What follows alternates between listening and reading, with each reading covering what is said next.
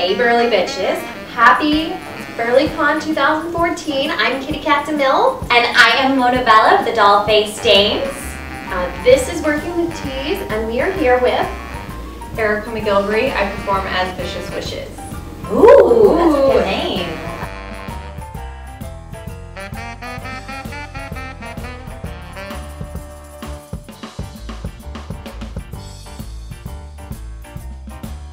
So now, can you tell us a little bit, why do you do burlesque?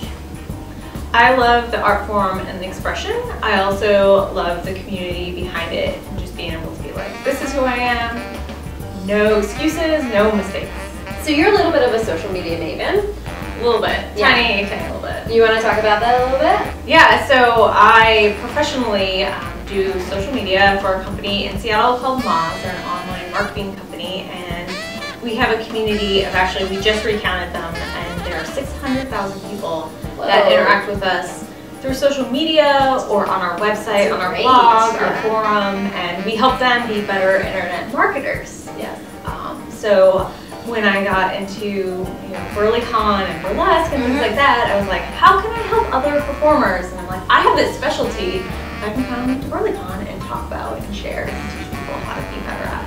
Yeah. What are some of the tips that performers might be overlooking?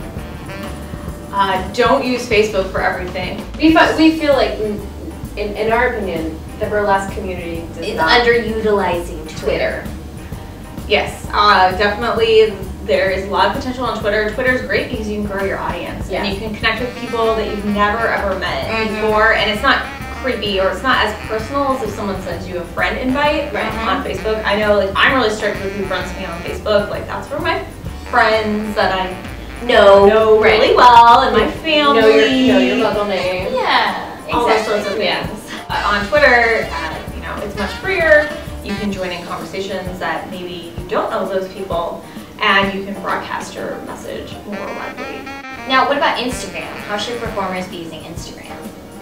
Instagram is really great to give that behind-the-scenes look at performances. Also share with fans. I mean, how great is it for you to come out in your costume and pose for an Instagram photo with your fans? They're like, oh my god, I loved your performance. Yes. And show it off more than you might be able to. Obviously, different cities have different rules, different venues have different rules about social media during performances. Yeah, so it can give you can give that behind the scenes look. You can show the things that you're doing, the things that you like what is life as a burlesque performer. What's Facebook for? Facebook is mostly, I like to use it to see what might work or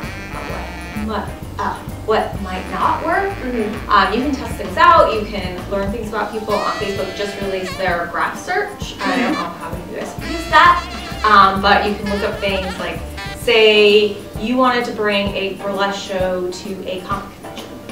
You can search that comic convention, people who like that comic convention, people who like burlesque, and you can say oh my gosh, this is the potential audience reach. This is actually a viable program. Oh, that is so. It's called what? Can you say what it's called again? So it's Facebook's graph search. So it's just the big search bar at the top of Facebook. You know that you type in your friend's name or whatever. About it a lot. And there's great articles out there online of how to further do this. It's also if you're a performer and you're trying to go to another city or pitch yourself, it's great to be what is that city into? Should I do a really neo-burlesque? Should I do some comedy? Or should I just do something really classic? Right.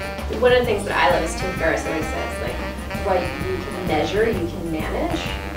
And it's true. If there's a graph that can tell you something, you can figure it out. You can figure it out. You're like, oh, okay, that makes sense. What about YouTube and burlesquers? Is YouTube something that burlesque dancers should develop their channels on? YouTube can be really powerful. So YouTube is the second largest search engine after Google. But it's owned by Google, so it's so the most searches are done there. YouTube is really great for brand awareness and getting your name out there. It's not so great for people who are going to go back to your site and learn more about you or follow you on Twitter or anything like that. They pretty much stay in YouTube. They continue to search. But if you can provide them with all that content that they just love, they're going to keep watching all your videos. I'm Kitty Cat DeMille. And I am Mona Bella. And I'm Vicious Wishes. And we really appreciate you taking the time to come and talk to us today. Thanks for having me on. Yeah, of course. Don't forget to subscribe, comment, like, dislike, just engage with the video on some level. And we will see you guys next week. Bye. Bye.